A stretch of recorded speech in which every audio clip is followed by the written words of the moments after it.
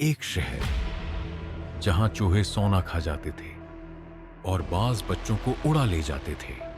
एक शख्स ने ठान लिया कि झूठ का मुकाबला एक अपने ही झूठ से करे, और वो ऐसा था कि सारा शहर देखता रह गया। एक दफा का जिक्र है कि एक कदीम और प्रस्कून कस्बा था। इसी कस्बे में एक ताजिर रहता था। एक सुबह ताजिर बहुत परेशान बैठा था, क्योंकि उसे एक लंबे सफर पर जाना था। 4 साल का सफर। उसके पास कुछ ऐसा था जिसे वो पीछे नहीं छोड़ सकता था। 5 थैलियां सोने की। वो एक ऐसे शख्स के पास गया जिस पर भाई जैसा भरोसा था। वो एक कपड़े की दुकान पर पहुंचा। दोनों बैठे और ताजिर ने निर्मी से सोना उसके हवाले किया। कहा, जब तक मैं सिफर पर हूं उसे संभाल लेना। 4 साल बाद वो वापस आया। उसकी आंखों में अब भी उम्मीद की रोशनी थी। वही गलियां, मगर कुछ बदल गई थी। वो कपड़े की छोटी दुकान पर गया। उसने कहा, मैं वापस आ गया हूं, मेरा सोना महफूज है।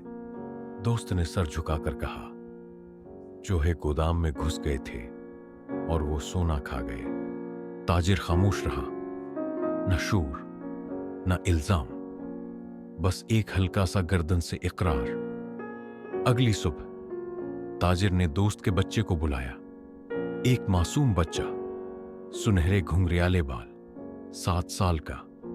बच्चा आया, मगर रात बीत गई और वो वापस न लौटा। मां की चीखें, बाप की तलाश और गलियों में फैली सरगोशियां। कस्बा खौफ में डूब गया। अगले दिन ताजिर उस शख्स से बाजार में मिला। आंखों में संजीदगी लिए कहा, कल मैंने आसमान में एक बाज देखा। उसके पंजों में कुछ छोटा सा वजूद था। दोस्त गुस्से से चीखा, यह नामुमकिन न है।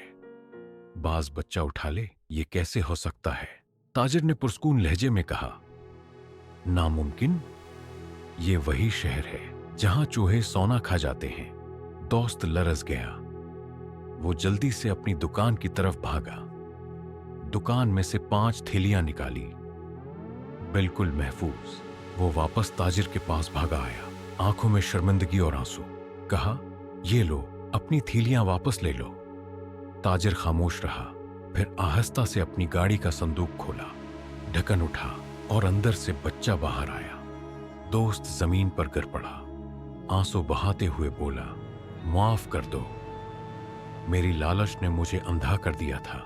और ताजिर न डांटा न मलामत की, बस खामोश पलट गया। उसकी खामोशी अल्फाज से ज्यादा गहरी थी। दुनिया में जहां झूठ बहानों का लिबास पहनता है, कभी कभी एक सच्चा दिल पर्दा हटा देता है। उस ताजिर ने न कभी शूर मचाया और न कभी झूठ बोला। उसने बस आईना दिखाकर झूठे को उसका अक्स दिखा दिया। और उस दिन के बाद पूरा कस्बा ये सबक कभी न भूल सका।